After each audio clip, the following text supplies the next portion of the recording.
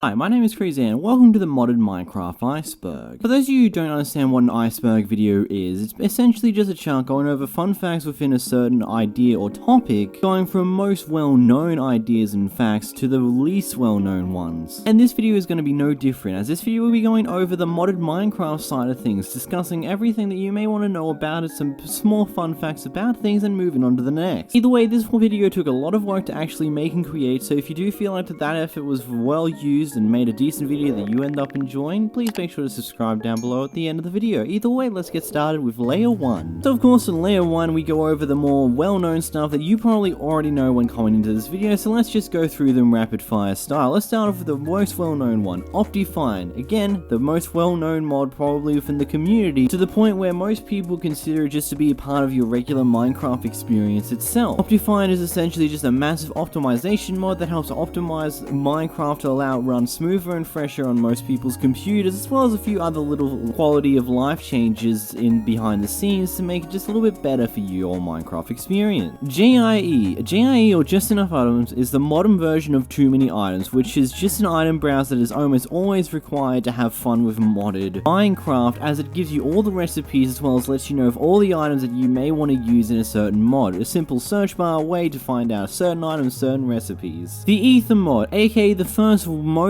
well-known classic mod that adds a whole new dimension as well as a whole selection of new items that go along with that new dimension. Lucky Blocks, aka the most milked mod on YouTube, especially if you were watching back in the 2014 to 2016 time frame, where every YouTuber were making a Lucky Blocks video almost every single goddamn day. Pixelmon, a Pokemon recreation mod for Minecraft that somehow hasn't been sued by Nintendo yet. Iron Chess, one of the earliest chess expansion mods that are well used in most mod packs to this very day. RL Craft, a popular mod pack that was originally deemed to be an extraordinarily difficult mod pack when first released. Nowadays it's just another mod pack in the collection that is somewhat difficult. Twilight Forest, another OG dimension mod from modded Minecraft past. Biomes O'Plenty, the go-to mod for when asking for a different type of world generation in a modded Minecraft world. More Creatures, the go-to mod to add in new mods to your Minecraft world, has also had some mods stealing from it for the use in actual Minecraft itself, which we'll get to later. The Tinker series, by far one of the most useful mods to have in mod packs, as it helps confine the ore system down to one selection of ores. It can be used to make all sorts of different tools and weapons from various different mods as long as they support tinkers. Mutant Creatures, one of the oldest mob mods that adds buffed up versions of vanilla mobs to the game, hasn't been updated for over 5 years though. Mr. Crayfish's Furniture, the most used as well as the most common furniture mods in mod packs alongside a few others, like Bibliocraft. Extra Utilities, a mod that adds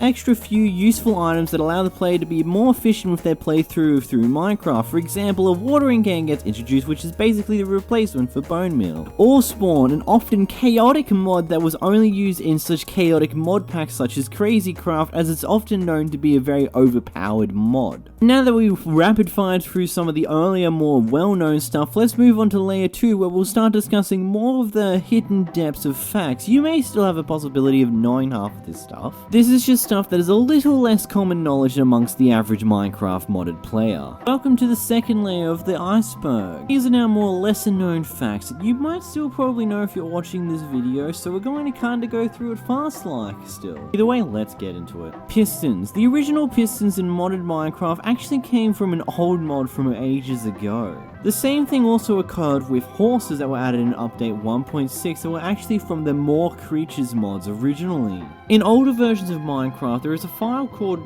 meta_inf.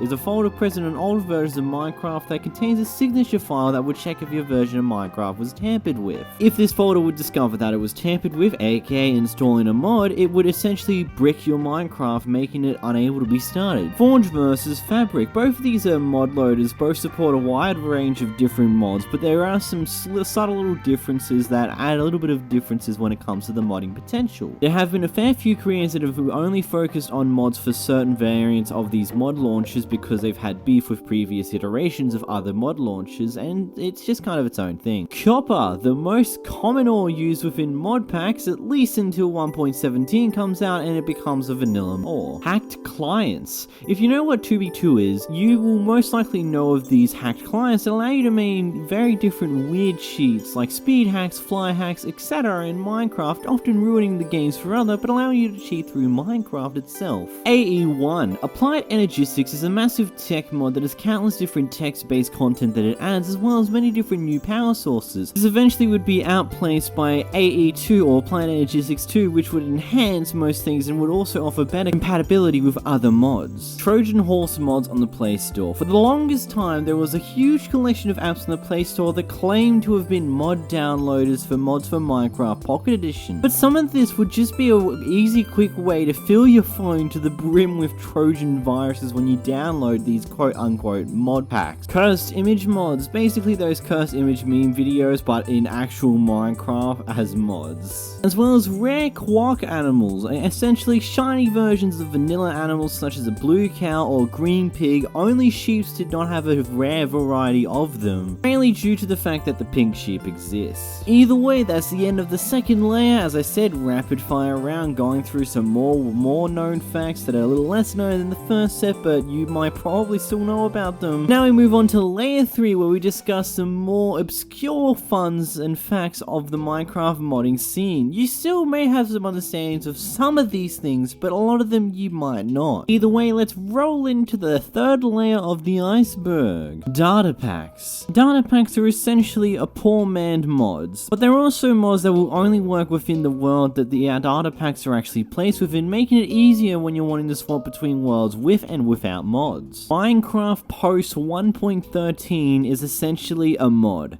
An often used theory when it comes down to the Minecraft updates is that every update after 1.13 is essentially just a mod for 1.12, just due to the sheer amount of things that change within the Minecraft underlying code, as well as many other little bits and pieces that change how the game functions in between the two updates. Hence the reason why it took so long for mods to actually start becoming a common thing in the most recent updates. Plus TIC, a decent sized mod pack that was originally nuked from the CurseForge website after the author added malicious code to prevent a specific player from joining any world with the mod pack, breaking the CurseForge TOS. Flowerchild vs Forge.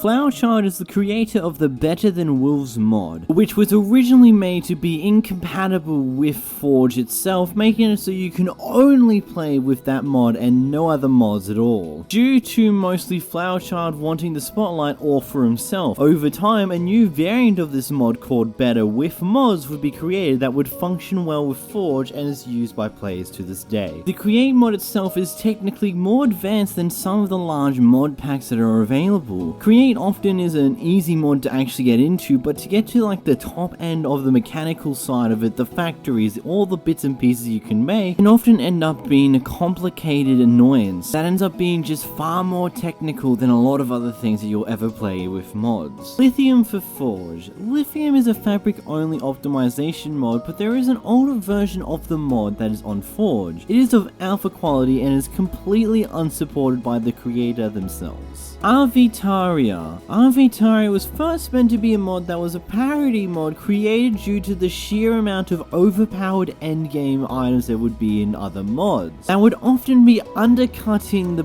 creativity and the ideas of other mods by either making the items slightly more powerful for the same amount of items to craft, or make them slightly cheaper to craft while being just as powerful. But over time, this ended up becoming a mod that was adapted more and more for normal use case scenarios when it came to modding. That was the fourth layer of the modded Minecraft iceberg. We now start to head into the more sketchy, more hidden, more unknown facts about modded Minecraft. Either way, let's continue on with the fourth layer of the iceberg. Now this is when we start to go into a little bit more detail about each and every little factoid, as this is where stuff becomes a little more unknown and sketchy and hidden to most people watching this video. Either way, let's begin. Twilight Forest Final Boss. The final castle is a large structure that spawns in the final plateau. It is mostly comprised of White Castle bricks of different variants. Presently, the final castle is still a work in progress with no active achievements for the castle. The castle also has work in progress monsters, however most of them do not interact with the players. Scattered across the castle are signs possibly indicating progression for the castle. Due to a lack of lighting and other hostile mobs may spawn there as well. As of update 3.10.1013, a Cobaloid with the name Final Boss was added in the protected area on top of the final castle. Despite the name, it does not influence progression or grant any achievements. 9 Minecraft.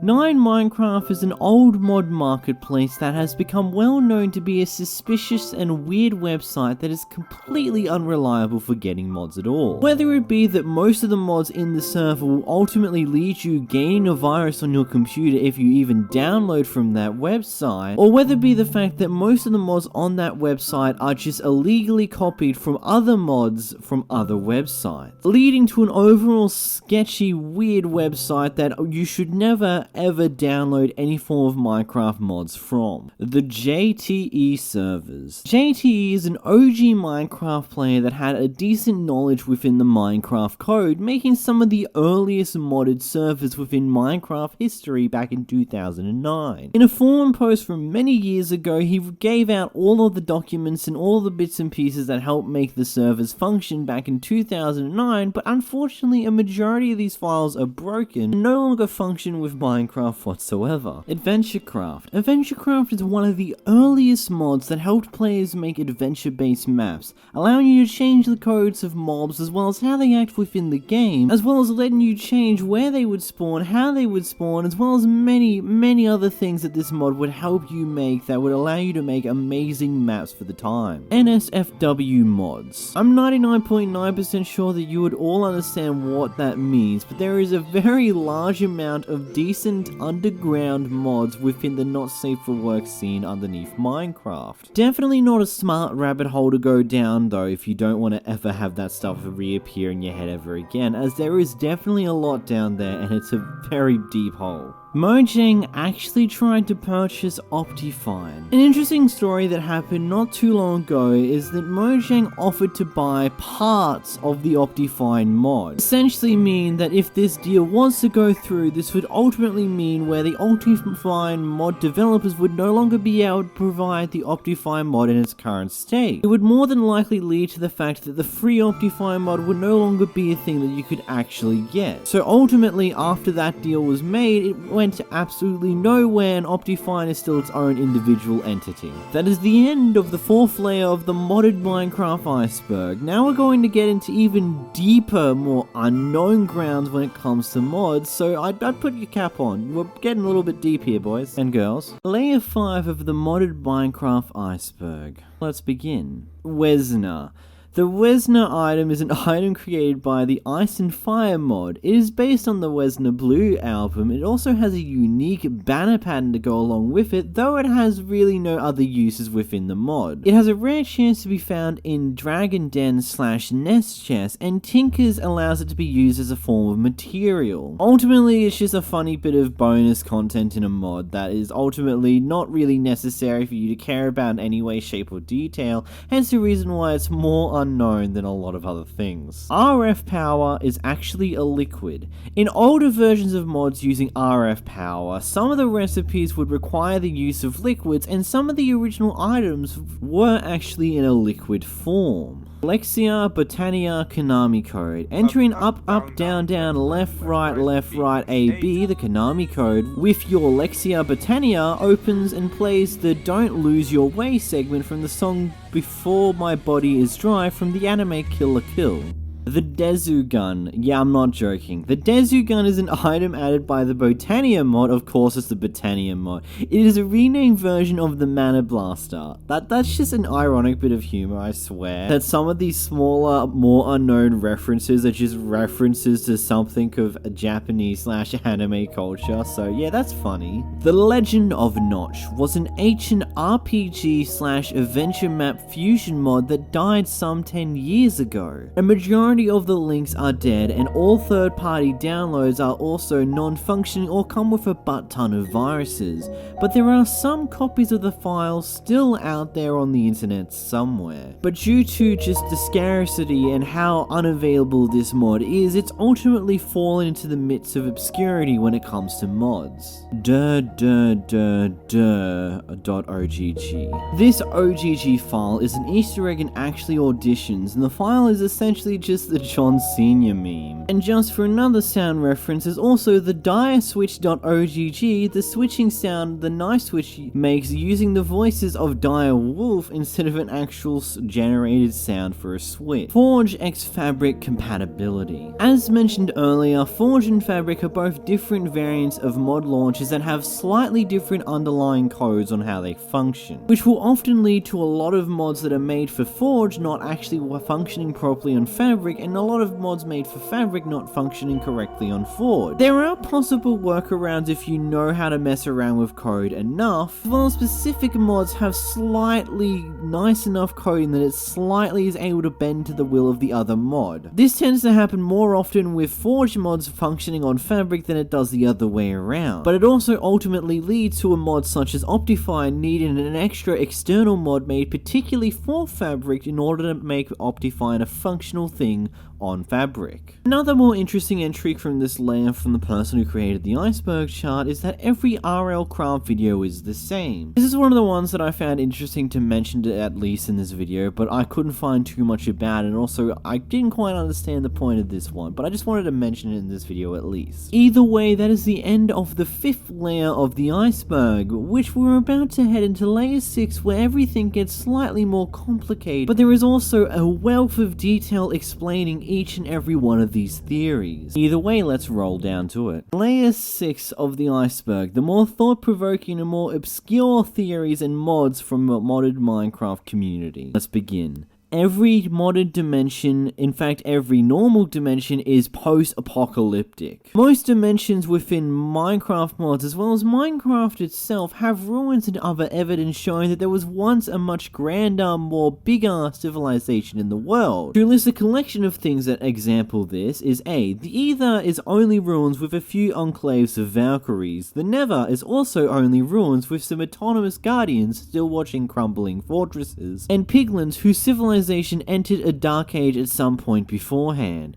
The Twilight Forest is a fallen empire with scattered towers and castles inside of which long-dead mages still cling to unlife, but little civilization to note. The End is halfway in the void. The city's unpopulated by anyone save the automated Shulker Guardians. The Betweenlands are canonically effed because their world was absorbed by the evil spirits from the Nether, causing the civilization to fall. The Atum is only sand and ruins, and some ragged bandits scourging through the desert. The Outer Lands are a mind reality construct that hosts the inscrutable designs of their creators. The Abyssal Wasteland is a wasteland only populated by monsters. The Dreadlands were infected by a planetary plague that turned them all into flesh beasts. Othamol is in ruins. The only semblance of civilization is the palace at its center. The Land of Shadow is a land which shades come to life and gods go to die. The Dimensional Dungeon Network is populated by only monoliths, which are mysterious in their origin and design. Limbo is the rock bottom of reality, the edge of material. The Midnight, which is so dark and cold and unstable that no intelligent life ever evolved there. The only beings that exhibit some form of intelligence are the Rifters, who occasionally hunt beings in other worlds for food. The Beneath, or the Deep Dark, contains an apex predator taking form of the darkness itself, hunting any intelligent being that sets foot there. And finally, the Overworld itself, which is filled to the brim with ruins and occasional defenseless villages, not to mention all the zombies and skeletons that match a human silhouette, in a similar vein of Steve himself. Some of these worlds and dimensions are beginning the regrowth stage after the post-apocalyptic era, but a majority of these dimensions have life that shows that there might have been something before what was there now. Continuing on, there is a thing called Evil Minecraft that is so obscure that you can't really find anything on it aside from save a forum post from 2011. According from some of the smaller bits of information that I was able to find, as well as reading other form of Reddit comments, it did things that was never done before or since, like 3D block breaking for animations and similar. Unfortunately, a majority of evidence of this thing actually existing isn't on anywhere on the internet anymore, but a majority of people from that era do know of its existence at some point. Mechanism column etc.cj is an option for the play sound command in 1.12.2 that was present in a couple of mods. It plays an odd whispering sound that is super difficult to find any actual proper information about aside from just this information itself. There are many things in this Iceberg chart that I never decided to discuss, as A, I couldn't find enough information to bring it up in the first place, or B, it wasn't something that I felt necessary to discuss or talk about. I'll make sure to leave a link to the original Reddit chart post in the description down below if you want to explore the other little bits and pieces that were there, as well as potentially find more information about these things and provide more light to them to the more public eye. Depending on how much extra information about these extra entries that I decided not to talk about in this video ends up coming out, I might potentially follow up this video later down the line discussing all these other more obscure mod facts that I was unable to find any proper information on this time round. Either way, I hope you enjoyed this video, but until next time, I'm going back to the underground hole which I once came. Goodbye.